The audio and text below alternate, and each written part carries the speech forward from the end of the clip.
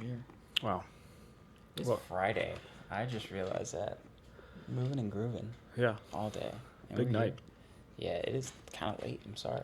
No worries. I'm just like in this guy's house. It's like 10 o'clock. No, you have to drive home, so I feel bad for you. No, it's fine. I have a copper here. What is my personal? I'm getting spam out of the wazoo. Sorry. All right, go ahead and introduce yourself.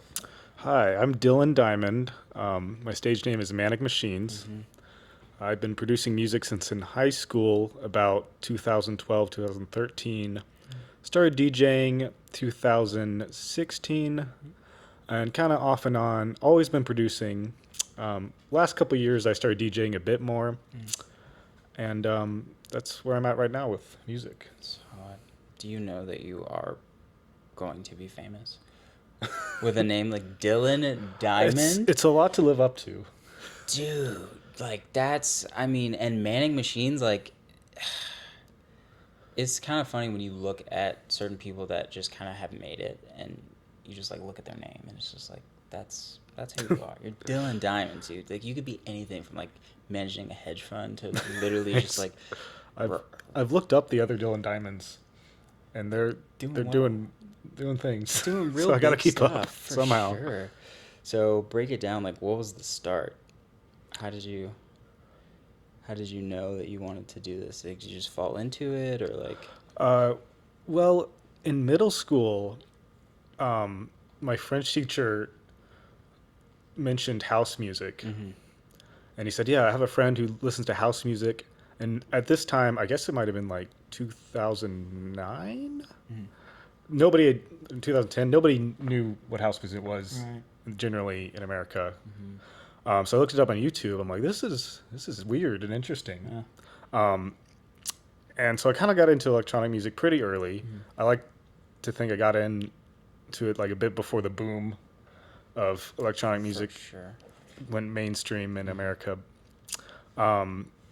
And so I loved like Knife Party and like Avicii and like Dead Mouse, all the like old school kind of housey electro house stuff, and started producing because I just saw these like FL Studio YouTube tutorials. I'm like, this could be fun.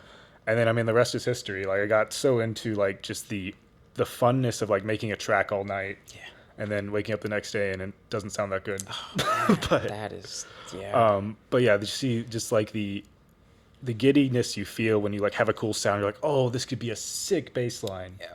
And just like the endless avenues of creativity in electronic music. Like it never gets old. Like there's so many possibilities. Like we have these like genres where we can say like, oh, we're making this genre. But at the end of the day, like you can make any sound you want and have it make interesting. Is she bothering you? No, it's fine. I've never been licked on cam. Might have to change up the profession, dude. There's a lot of money to be made. Licked on cam. She's a professional, right? But yeah. What were you saying? Sorry. Just the endless creativity of electronic music, right? Yeah.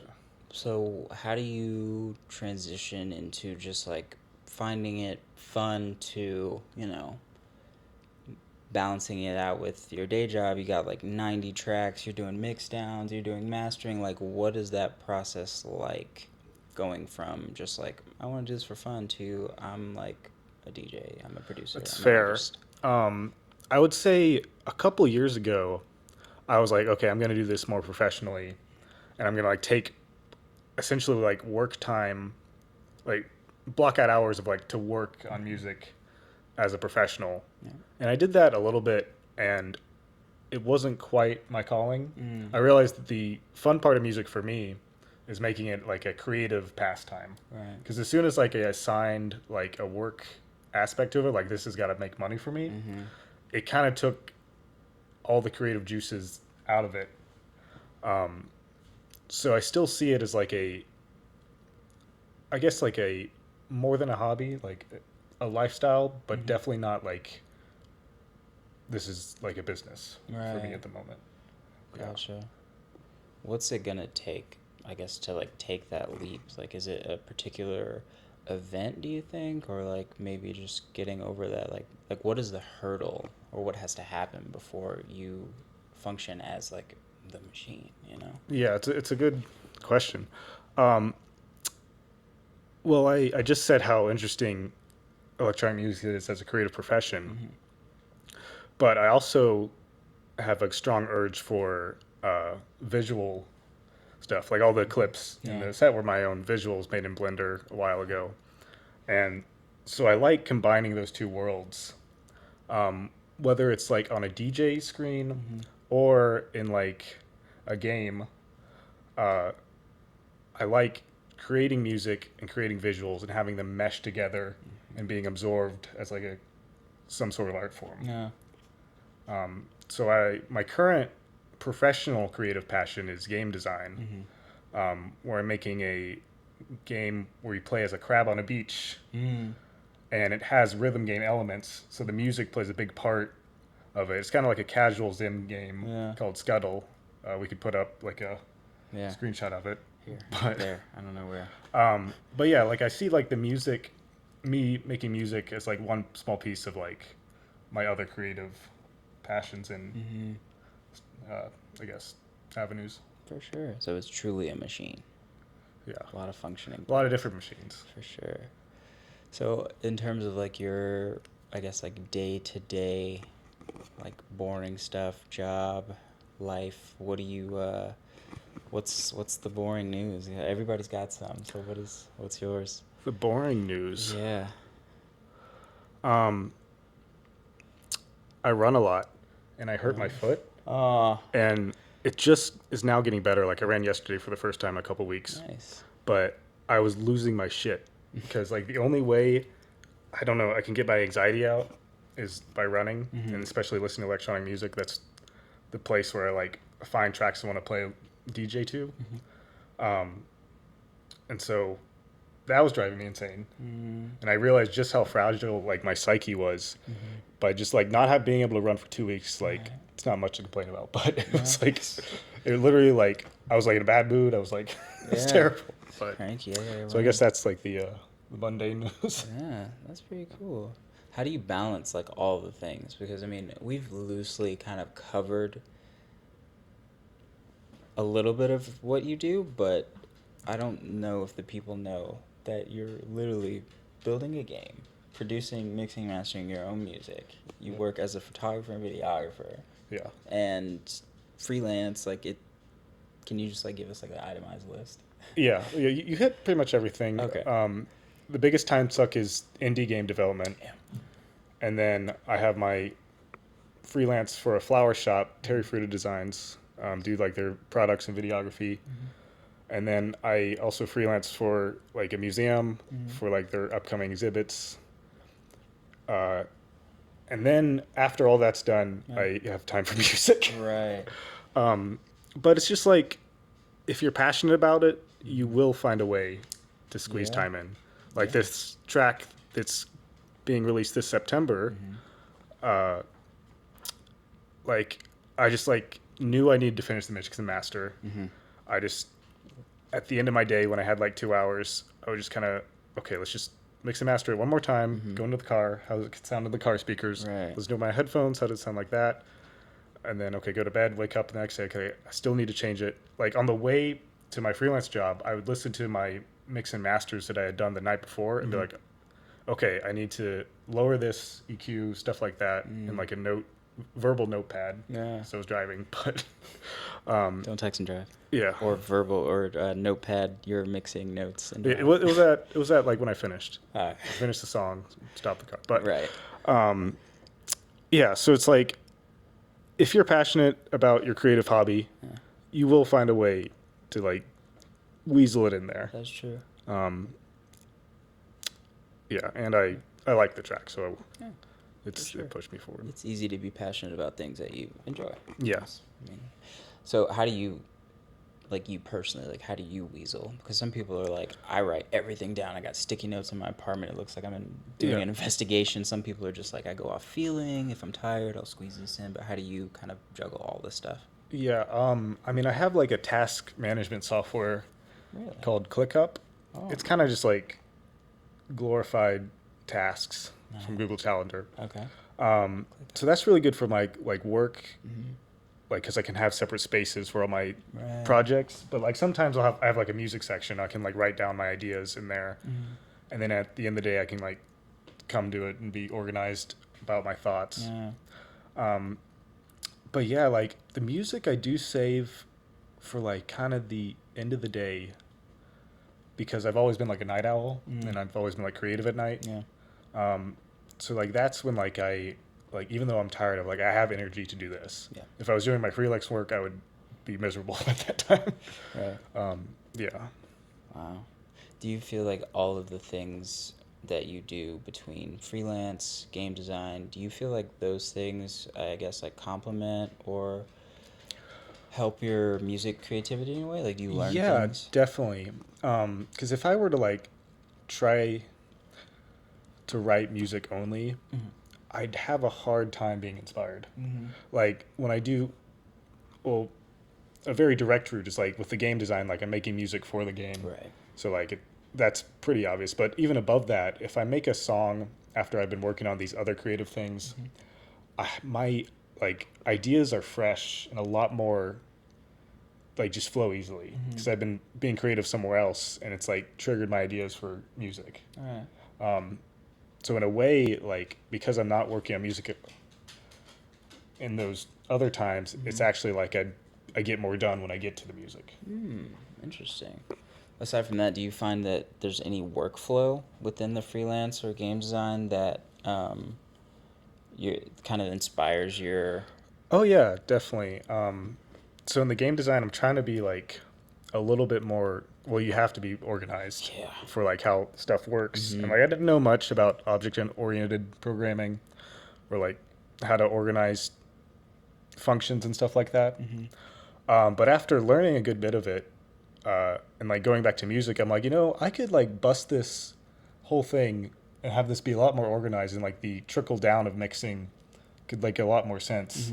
Like I don't have to like be doing everything one by one and like going back and checking. Like I should be able to pull mixing off a little bit better if I just like organize it and like categorize things in ways. Does that make sense? Yeah, no, it definitely does Oh, for sure. okay. Only barely, because I literally would not use technology. I'm basically Amish. No, I feel that. That's really dope. I think being being organized is like one of like the many plights of the modern artist. So the fact that you literally are making a living and just spending so much time having to be organized to get things done, it's Yeah. like that's a blessing, And honestly. then a funny thing about creativity is that if you're not organized, it can sometimes really blossom. Yeah, So it's like that's it's true. like a double-edged sword. It's like, like you want to be clean enough in your workspace. I mean this like metaphysically, but Yeah. where like you're able to grab things that you want fast, but you also want to be like fluid enough and messy enough where you can like see ideas that you wouldn't see before. Right. That is very true. What is that? Do you think that's on par with the name Manic Machines? Like how did that kind of like sprout? So that name actually comes from my bipolar disorder Oh, and okay. my love for robotics and like machines. And I have like a little tattoo. Ah, oh, that's I don't know sick. Who did that? what was his name? Like it's like Goaty. Cody. I'll have to. We might have to edit that in. Yeah. Um, yeah, super sick job though. Yeah, so I used to be really into robotics. Like that was my old job, like automation and assembly line like type things. And I realized I didn't like the real world robotics as much as I thought I would. I actually like the hobbyist, like making little machines and stuff, which I used Right. to do. And I like kind of the like idea of robotics and sci-fi, like the real world, like automation and assembly line, like robot arms, kind of boring, Yeah. to be honest. Sounds like it. So that's where like the machines part, and this was kind of like I decided to leave my old job and kind of become this creative freelance multi active Yeah. thing. And yeah, and I liked the name. Like it's a alliteration. Yeah. Yeah. That was the main reason. Yeah. And your government name is alliteration too. So, Yeah, that's true. Manic machines. You're gonna be super famous, dude. I can't wait, honestly. I'll try. So dive into a bit about like the set you played for the channel. Is it something that's on par with your artistry? Did you put it together specifically for this, or do you find yourself playing a lot of just like groovy house, techno, hard stuff, switching to bass? Like, how does it work? Sure. So I put this set together just for this event, Oh, nice. and I but usually with my sets these days, I always want to start like kind of low energy and bring it up to like the max it could possibly be. Right. Which I guess happened today pretty extensively, but Hey. yeah, I generally start at like a lower BPM than I end on. And sometimes I like that because like you get to go a lot of places with your genres, and but sometimes it's kind of hard because you lose that kind of like mindless groove that's so good with like some 4 on the floor genres. Like you can't really have that if you're kind of going up 2 BPM every few tracks. Yeah. But it does keep me like engaged, and like I'm never bored when I'm up there like going through a set like that. Yeah.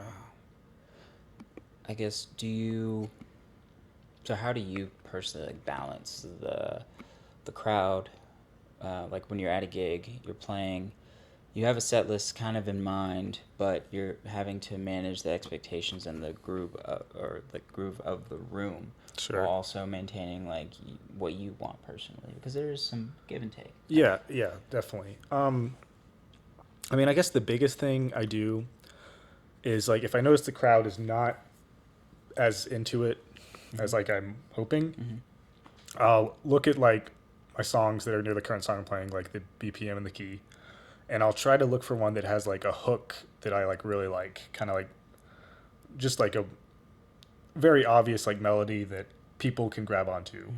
And then once they seem to be on board, then I kind of go where I want, until I need to like look for something that like it's pretty easy to hook to. Right. Interesting. And yeah, I usually have too many tracks per like time allotted. And I try to balance it where I'm not like always searching. Yeah. But yeah, it's How many songs do you usually take with you to a gig? Like an hour slot? an hour is usually a little under 100. Okay. It's concise. Yeah. You know what you want. Yeah, not crazy. I used to take like 200. Yeah. Just like stand up there and like look for something I like. What if they ask me to play for 4 hours? Then Yeah. I won't be prepared. Yeah. That's facts. How do you decide what makes it on your USB in the first place? It's a great question. So we talked about it briefly, but when I'm running, I'm like always listening to new stuff. So like I'll just like search a genre like hard groove, one that like I think isn't super saturated, and just find stuff I like, and then add them to a playlist, and then that playlist filters down to another playlist, and from those songs I filter down to like songs I'll buy on iTunes. Oh. And then I'll add those to my collection in my record box. And then I'll look based on the show, I'll like think about what kind of vibe I want and just start at a BPM and look all the way down and just add them to a new playlist. Because that way I don't like miss old stuff that I like, or like if I have like a certain vibe that I'm trying to go for. Holy shit. So it's a little time consuming. Yeah, but I mean that's so organized. Like, so wait, what did you go to school for? Applied physics. Okay, all right, that's A lot of math. a lot of math, dude. Honestly, everybody's just like, go to school, go to school, go to school. It's like, I think we should start going to school. A lot of you guys, a lot of you DJs watching, go to school. If you're in school, stay in school. If you dropped out, go back. Because, like, having that discipline and just, like, the innate, like, need to have things be systematic, like, that just made sense to me. And I'm not a DJ, you know? I'm not. And so that's really cool, like hearing the process just kind of unfold, and it makes so much sense, you know. Thanks. Yeah, it took a while for me to figure out that's like a way to do Yeah. it, but Especially if you're spending money at the end of the day. I mean, support your yeah, artists. Like, you got to buy the songs eventually. So yeah. I'm like, if it's if we all went through our early stages, we're like, okay, DJ pool or download all the top 40, we but were but all yeah, this when I stuff. find like a small artist and you really like them, like some of the hard groove stuff, um, yeah, I don't mind Mm-hmm. like $1 per track. Yeah. Support your artists. Support Manic Machines. Wow. That's dope. How do you, I guess, like, because we really try to focus on just the underground here, and I think one thing that we don't really ask people a lot about is just like the money. Like, how do you balance? Like, how do you manage your money as like a person slash artist? Well, I have enough saved up for this indie game to Yeah. be a demo, Mm-hmm. like in October, Mm-hmm. and so after that, the very much hope is that I can get funding for it and continue working on that Mm-hmm. as a finished project. Right. Because the freelance work at the with all the things I'm doing, I would need to devote a lot more time to the freelance work for that to be as sustainable as I need it to be.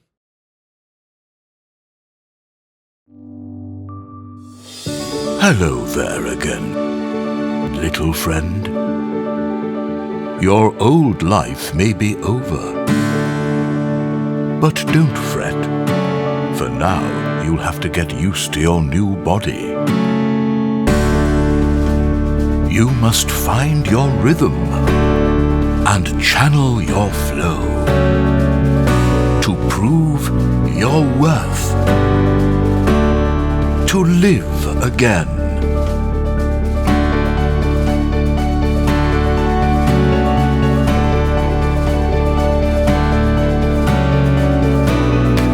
This may be your only chance to leave this place.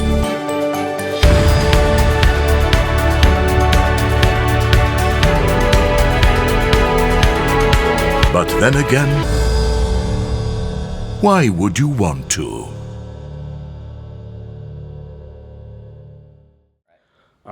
So yeah, I'm running out of runway with the pressure, but Yeah. that's what makes things get done. It sure does. That pressure, phew, can either make or break you. Yeah.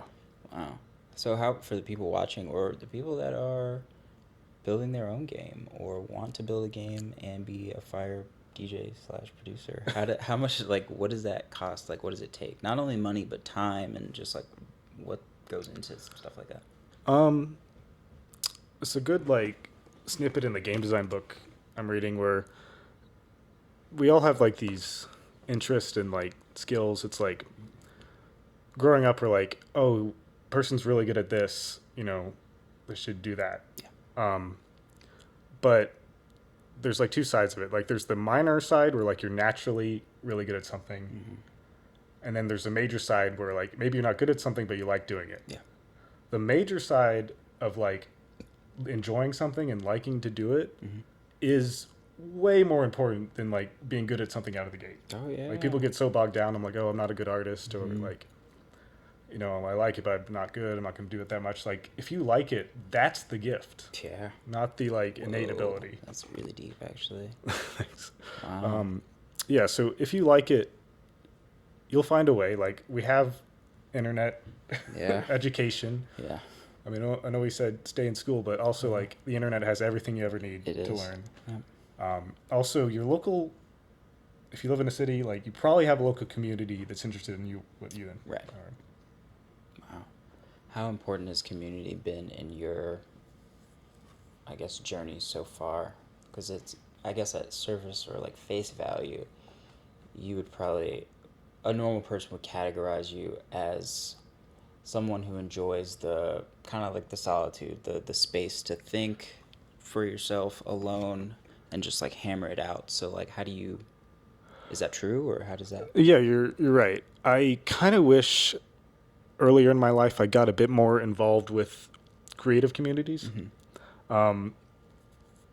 Do you know mixed deity? No.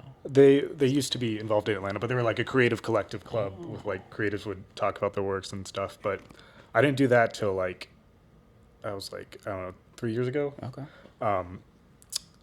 But now I'm like okay, I'm building a game. Let me get involved with Atlanta game dev group meetups and like when I have time, I try to go to Arcadia and Yeah. talk to other DJs. I kind of forgot your question, but Oh, yeah. I mean, well, it wasn't really a question. Well, the first question I asked was like, pretty much, are you a lone wolf? And you were like, yeah. hell yeah. But I wish like I guess not as much anymore, but I wish I branched out a bit more earlier in life in my creative stuff. Sure. Because it's so good to have like people on your creative level and what you're doing, and give like the smart feedback and like, Right. or even when they tell you they like it, like it comes with more grains of salt. Yeah. Yeah. For sure. How has your, I guess, like, application or your take on constructive criticism been since you've started? Are you the type of person to where, like, you can find a way to justify everyone's criticism and apply it immediately? Or are you just taking that at face value and just, like, kind of brushing it off? Like, what type of person are you? So I used to take criticism and act on it like verbatim way too much, just because like I'm like I don't know they must know more than me, they're hearing it. Yeah.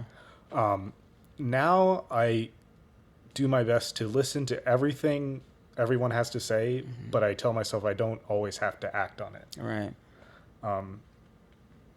which it's hard because like as a like growing up, at least I was like very when I had art criticisms I hated it. Right. And then I like flipped over to the other side too much, or was like, okay, anything anybody tells me, I'm gonna instantly change it. They do it right. And now I'm like, okay, I have some say in my own work. Yeah, absolutely. Do you ever experience? Hold on, I gotta see. Camera. Sorry.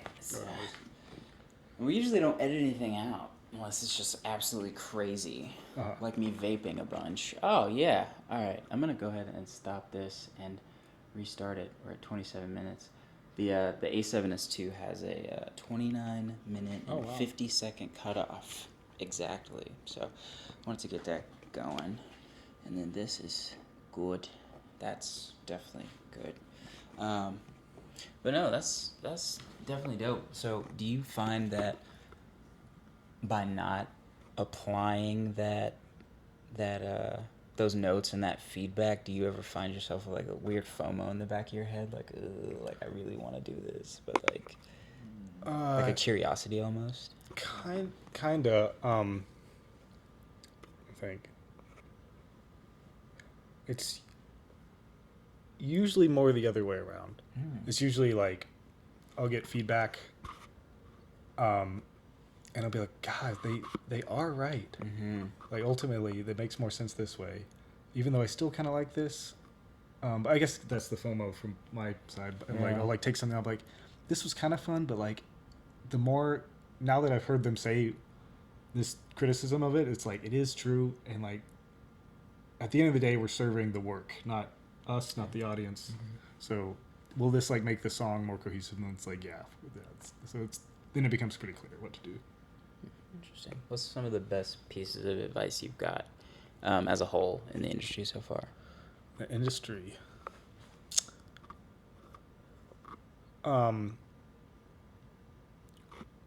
Sticking to your, I guess, how should I word this? It takes a moment to find your own unique sound, but once you find it, that's your like greatest weapon.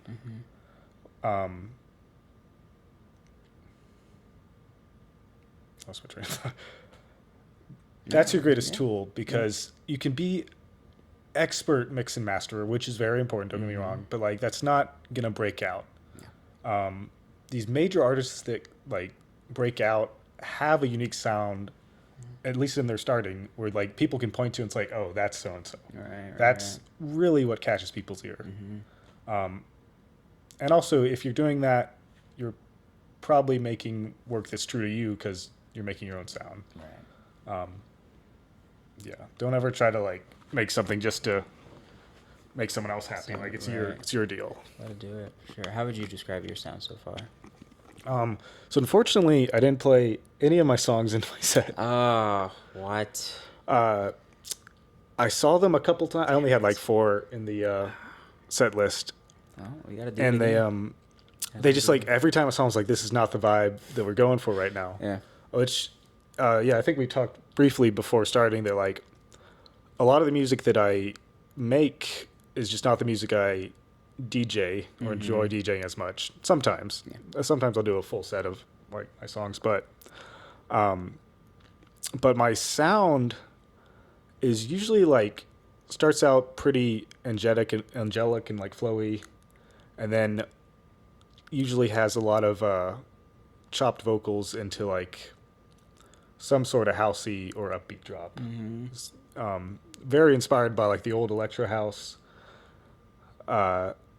Always love using like the Vocaloids to get really weird vocal sounds. Yeah, kind of on the chiller side, but still like danceable. Yeah, danceability is super important. Yeah. Oh my goodness, that's something I'm learning a lot now.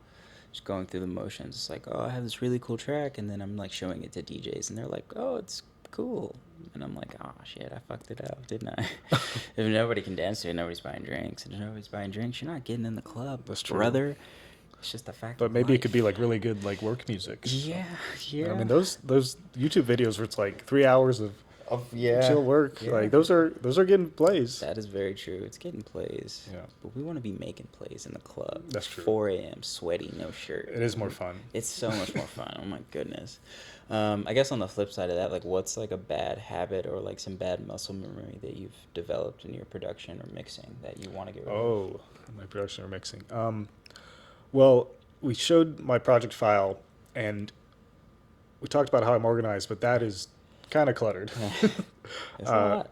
Yeah. Look cool though. Thanks. I feel like I've started like this like mixing where I'm like adding more and more where really mixing should be cutting. Like, I'm adding more automation. I'm adding more like cuts and EQs. I'm adding like weird plugins just so that like 2 sounds can play at the same time. It's like I have a habit of getting excited and like, okay, I'll just do this and add this and like and then all of a sudden my project's so cluttered like it's hard to work with and fully get to that clean, crisp sound.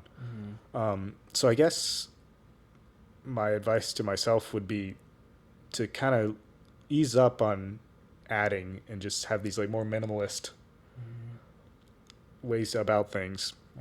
I also think that like bouncing, like having sections and then bouncing them and then having that be what you work with, a little bit more cleaner of a workflow. Whoa.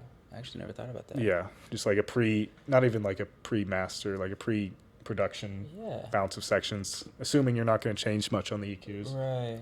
Yeah. So you would take like maybe like your main section or like and just bounce that out and just like kind of work with that? Yeah, or maybe how? in layers. Like I'd have like 3 basses and like I'm like, okay, these are good together. I'm like maybe just export those. Or maybe like I have like not the main drums but like secondary drums all in a bus. I'm like, okay, let me bounce this. Yeah. I almost did that on this track, but I wasn't quite, I guess, as ruthless as I needed to be. Yeah. It's got to be ruthless. But yeah, if you just get something sounding good, bounce it, when you go in to mix that, it's going to be so much cleaner. Wow. Should be better to work with, too. That is crazy. I mean, hats off for not only having a cool setup, which we will talk about in a second, but also being able to just take things so far to where you personally may think it's a bit too much, but still maintaining danceability. Like, I listened to the track, it's good, solid, you know? So it's pretty cool, like, seeing, like, different perspectives on, like, what, from just, like, a unbiased, like, listener standpoint versus the person making it. Obviously, you're always going to have those, I guess, like, inhibitions or insecurities about what you're doing, but, I mean, you're doing a phenomenal job. Thanks. Which leads me into something that I definitely ask a lot of people, maybe not on the show, but just in general. As a producer, you obviously do your own mixing and mastering, and do you think, like, what are the pros and cons to that? Because I don't like it. I really don't. I think I'm listening to it so much to even just create something that I maybe 3 out of 10 like, Yeah. just to have to listen to it for another like 6 months, tweaking EQs and automating. It's like, is it too much, like, to do everything by yourself? Because mixing is a whole job. Yeah, it's a weird ecosystem right now. Like I've never like sent tracks off to get mixed and mastered except like one time, and that was like $5 for a master. And it came back worse. But We all go through that one. yeah, it's like I don't know. I feel like it's still part of the art to learn to mix and master. That's just my opinion. Okay. Because you still add like the final touch of things there, and it's hard, but that's kind of like the beauty of the art form, I guess. I mean, the con is that it's so difficult, especially if you don't have like, even if you have nice headphones, you can still like fuck up, and like it's a lot because it's frustrating in the art sense because you have something you've created you're really proud of, but exposing it to the world could show it a lot different than what you made it for. Right. Like that doesn't happen with a painting. Yeah. So it's a really weird thing, because like you send your track to somebody, they listen on speakers that are maybe a little weird, and all of a sudden your track sounds terrible. Right. So it's like it's really harsh on the artist because then that insecurity comes up. I think that's kind of what makes it hard. Yeah. I mean, the technical part is also hard, but the hit you get when you are proud of something and then you listen to it in your car and you're like, this is terrible. This is awful. Like that doesn't happen with that many art forms, at least. Nah. Not what I can think of. Yeah, that is true. But I still think it's like, if you start out slow and minimal, don't do what I did at the start. Was like trying to add everything, and like really like slowly build up mixing skills. I think. Sorry, Whoa. that's my reminder. Did you hear that? I'm sorry. I told you at the beginning of the interview that we were infringing on this. Oh my goodness. It's a... No, you're good. That's for a week. Oh, it's for the... Okay. All right. Because I would stay up till like 2 and like not know it. So 10:45, I get a reminder. Oh my goodness. Can you dive into your technical setup, since we just heard a human woman speak, even though there's just a computer in there? Sure, that was Alexa. But Oh, okay. What's up, Alexa? yeah, I built my own PC. I had a friend help me do like the water cooled loops and stuff. Oh, there's actual water in there. Yeah. Well, coolant, but yeah. Oh, coolant. Yeah. That's crazy. My car takes coolant. Like, why do you have coolant in a computer? I didn't even know. It's just for show. It's definitely not as efficient or. Okay, all right. I thought those pipes were from like Temu, and you just like put them in. That was like plastic. Just, Yeah, like, no, we had to like get a pipes. heat gun.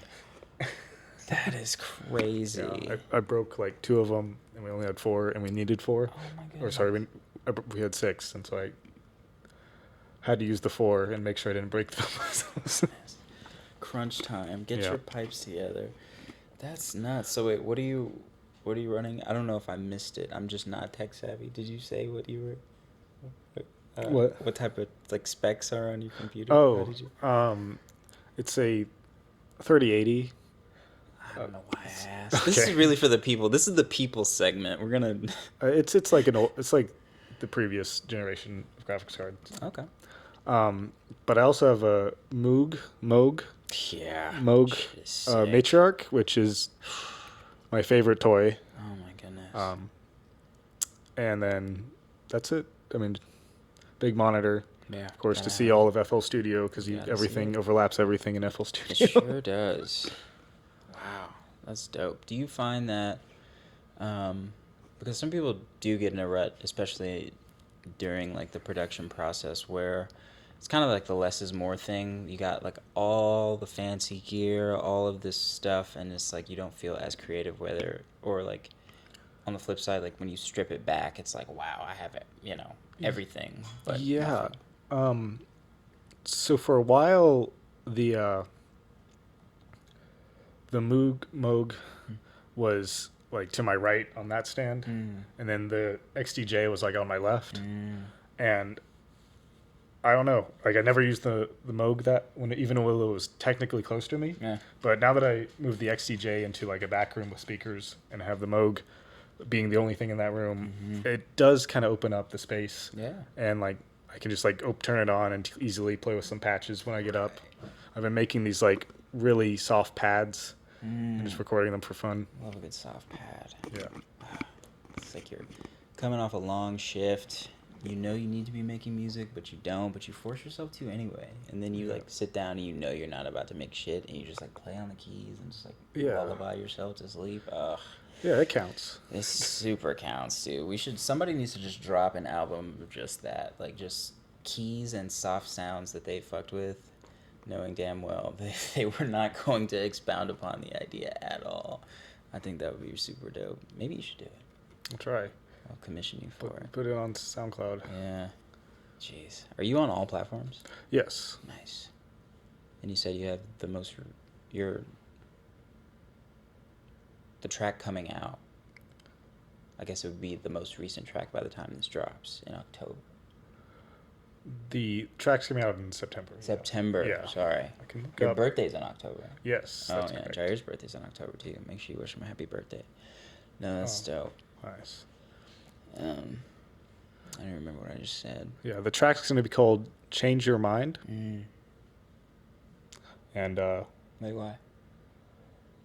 so I have these lyrics that I wrote really on a whim and put them in a Vocaloid. But it's kind of funny because it was about like the creative process of mixing and mastering, and how like you listen to something, you listen to it in the car, and you're like, fuck, I need to change that. Right. And then like it's like a cycle where you're really not getting any better. You're just like kind of changing things. Yeah. It's kind of what I was thinking about. But it's kind of. I'll let people be the judge when they hear the lyrics. Yeah. Okay. Very nice.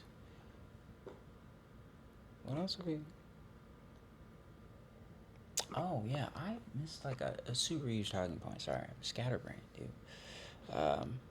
And we're not editing any of this, so this interview is going to be everywhere. It's going to be just an hour of just like everywhere. No, it's, Okay. I mean, it's just been great talking to you, honestly. Yeah, it's been nice. I'm learning a lot about myself, even. I need to go back to school. That's facts. No, you mentioned bipolar disorder. Oh yeah. What is something that like I guess like a common misconception about it?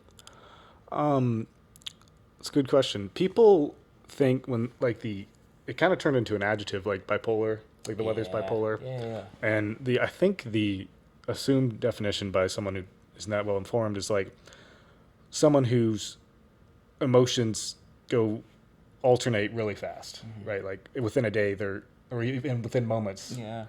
What happens in bipolar disorder is actually like it's true, but like on a much longer time scale, where someone will get increasingly more manic or have symptoms of racing thoughts, talking really fast, eventually like disassociating with reality and having major problems in like being able to talk to people.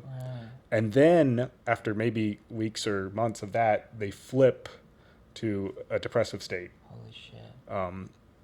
In which they are like really can't get out of bed, like the opposite. Yeah. But like that could be also weeks or months. Oh my goodness. So it's not like within the day flipping. It's like large swaths of time, at least Slow with my burn. experience and with some other bipolar Yeah. people. Holy shit. Yeah, but luckily all medicated now. Yeah.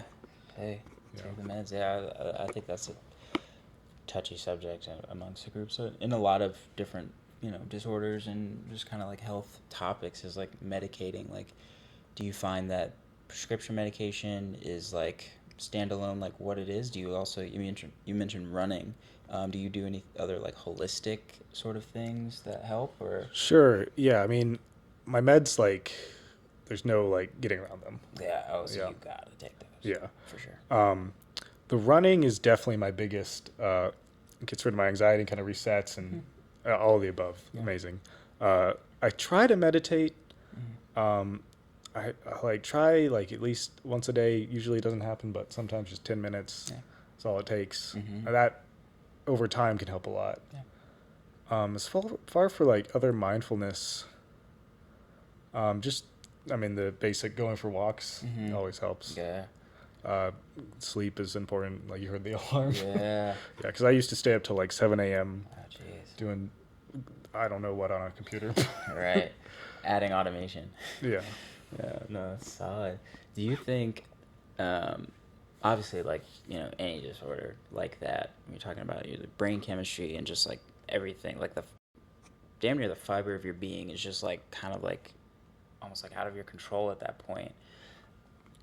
It gets tough, right? So, like, to skip over the negatives and how it's, like, impacted and things like that, is there a way, like, a lemons to lemonade moment for somebody with bipolar disorder? Like, has that affected you positively in your music career? Like, It's a fair question. Sometimes it's romanticized, yeah. and it's very people criticize the people who romanticize it a lot, but sometimes it's romanticized as like having a link to being creative. Like Van Gogh is the easy example. So there is some very clear like correlation, maybe not causation, but correlation of like the disorder and people being inclined to do more creative things. Interesting. So maybe take that with what you will, but like I've learned that like if I didn't have the disorder, regardless of the creative link or not, I probably wouldn't be the person, or I know I wouldn't be the person I am. Like it'd be someone completely different because it shaped my life to that degree. So it's not even like limits. It's like this is just me and who I am. Like it's not like. Does that make sense? Yeah, no, definitely for sure. And I think that's very specific to not only you as a person, but the disorder itself, because you can talk about certain things that maybe are less like mental and emotional and more like physical, and those are like, I don't know, like losing a limb or something like that. Like you see those moments where certain disorders or things that are viewed as disabilities, they have different impacts and kind of guide people to different choices. Yeah, I mean, this tattoo was originally, I just remember the name too. It's Yogi Barrett. Oh, nice! Shout out Yogi Barrett. This was kind of symbolizing my, I don't want to say fight, but like my acceptance, what we would call holistic version of like having bipolar disorder and like making the most of it in a tattoo, and like the symbol behind it. The robot guy, his name is Jarvis. Yeah. And something I would like draw a lot when I was like going through my tough time with the disorder. So it's always been a symbol of kind of like me going through that and like, I don't want to say conquering, but you know what I mean. Yeah. I mean, you definitely went it, dude. It was sick. Wow. That is fucking dope. And then the visuals. So we have Jarvis. Is that going to be like a main staple that you carry through with your artistry, you think? Or is this like... Yeah, so he's definitely the symbol for Manic Machines. Okay, nice. He happens to be the symbol for like my freelance logo. He like at this point, like he's just like a file I have on my computer in a bunch of different ways. So like whatever I'm doing at the time and I need my like logo. So he's in a lot of what I do. But yeah, I don't know. I just I always was like really interested in robotics as a kid, and like just liked having that character. It's like almost like weirdly comforting in a way to like draw him. Yeah. And yeah. That muscle memory is therapy for sure. What about the visuals? Because those are actually nuts. Thanks. How does the process work? Is it something that, is it like a lot of like, I guess like symbolism, or are you just like putting things up to like match the vibe? Like how does that work? Really, they're like, most of those are like something I made not planning to be used for this and like exported. And then I bring them back into like Premiere or like a post editing software after they've been exported from Blender. And like I'll change them so that they'll move fast or like change colors or like filters, some kind of automation in there so that when they're played fast and in succession, they'll look like they're matching up the beat. Yeah. So I had enough of like things I'd made over the 2 years or so of that, making those where I could like put enough into like a 30-minute clip, and that's like enough for a little show. Yeah, for sure. One-stop shop. Writing, producing, mixing, mastering, visuals, DJ. Yeah, It's everything. it's a lot. It's a machine, for sure. Do you think... Oh, I gotta check this camera again. Do you think that you would ever, I guess, like, add people to the machine? It's another good question. I mean, in the past, I've definitely been more solo in my creative work, but as I mentioned before, I'm trying to branch out a little bit more and be more ingrained in the community, especially with my creative stuff. So if like someone wanted to do a joint project, I'd be definitely like open ears about Wink, it. Like wink. whether, Winking. I'm winking. whether it be visual side or music side. For sure. I think, I guess, like, just outside looking in, an assumption I would make, especially given your history with physics and engineering and robotics and things like that, is that you fully understand just how important not only efficacy and time is, but also having expectations and spreading them out over a collection of people to get one thing done, to be able to get it done well. So, assuming that you know that, what has been, I guess, has there been any, like, I guess, like, hesitation or reservation behind adding people to the team, or has it just been something that you haven't gotten to yet? I guess it's like haven't gone to. Okay. It's like, I guess my thought process is like I have barely time to do what I did. Okay. You know, because I think in a lot of projects, when you're working with people, there's like a ramp up time before both people are like synergistic. Right. But really, I just like haven't gone there yet, to be honest. Okay. Yeah. For sure. Yeah. I think that's super important, because I mean, up until now, I would again assume that, you know, you've worked in teams, whether they're small or big groups, that have just like dedicated roles, and it takes a lot of the pressure. It kind of streamlines things and allows you to like really hone in on like one thing instead of like a bunch of different things, you know? Yeah, that's true. Wow. That's dope. Where do you want to take your career? Like, when everything is said and done and you're doing everything you got to do with a team, because it does take a village for sure. And I can't see someone... Yeah, it's hold the key. I do really like incorporating my music in game design. Nice. It's great because it has the music, which future games I want to have more hardcore music, but it incorporates the visuals, incorporates like the physics side. It's a great melting pot of all my like creative aspirations. So maybe like a dev team with maybe more interesting music than your average game. Yeah. So For sure.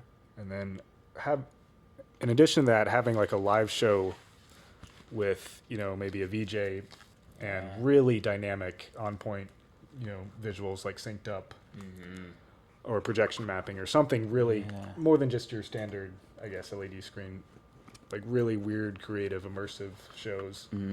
That's another huge milestone for me. For sure. Kind of like Flying Lotus or like Mr. Bill. Or... Yeah, Mr. Bill's some weird stuff. It's super weird. Yeah, and like the technology's getting so good, or so accessible, I should say, for like stuff like projection mapping and like real time, like AI figuring out what you're playing, and so they know how to match up the clips too, and like really could see some cool stuff in the near future, especially for underground. Yeah. No, it's definitely coming full circle. I think everything is getting more accessible, which could be good and could be bad. Not necessarily bad, just a lot to take in. It's like the competitive aspect. Also, everything's a double-edged sword, but It is, yeah. It really is. But we're wielding the sword, so all we got to do is not hit ourselves in the face or chop our fingers off. That's true. We'll try. Yeah. Well, I'm gonna get you this giant key. Sure. This is the only way we can repay you for all the time you've given us. Pick a color, any color, or all three. We have yet to have people take all three and just like red and tricolor. So I'm just shouting that out. Just saying. But chose red. Dude. Can you please draw the logo if it doesn't take too much time on Oh, there? yeah, sure. Oh, dude. Manic. Machines. What do you eat? What do I eat? Yeah, like on a day to day. Like what's I actually cook a lot. nice? What's the favorite thing to cook? I like teriyaki chicken Yeah. and like steamed vegetables and Yeah. rice with like a sweet soy You sauce. can survive off that until you die. It's so good. Like Literally. every time, just like marinate the chicken and Yeah. make some soy sauce. Just throw it in. It's a good one pot meal, or if you like to split it up and take everything and prep and do all this stuff, yeah, you can just chicken, marinate, steam, vegetables, rice, grains, fiber, protein. Yeah. I mean, it's just. Do you cook a lot? I go through phases where I am just like making a mess every night, trying new recipes, things like that. And then I'll go like 7 to 12 to 19 months. 19 months. Yeah, just like eating like leftover shawarma and Oh, just like shawarma's really good. yeah. Shout out shawarma, sponsor us. Yeah, I definitely go through phases for sure, but I enjoy it. I think it's therapeutic for sure, but time, the opportunity cost. Okay. Oh, nice. Drew the, yep, that's it. Boom. Yes. Nice. We gotta stop. I've been prompting people to do it because we used to take the thumbnails from the video. Uh-huh.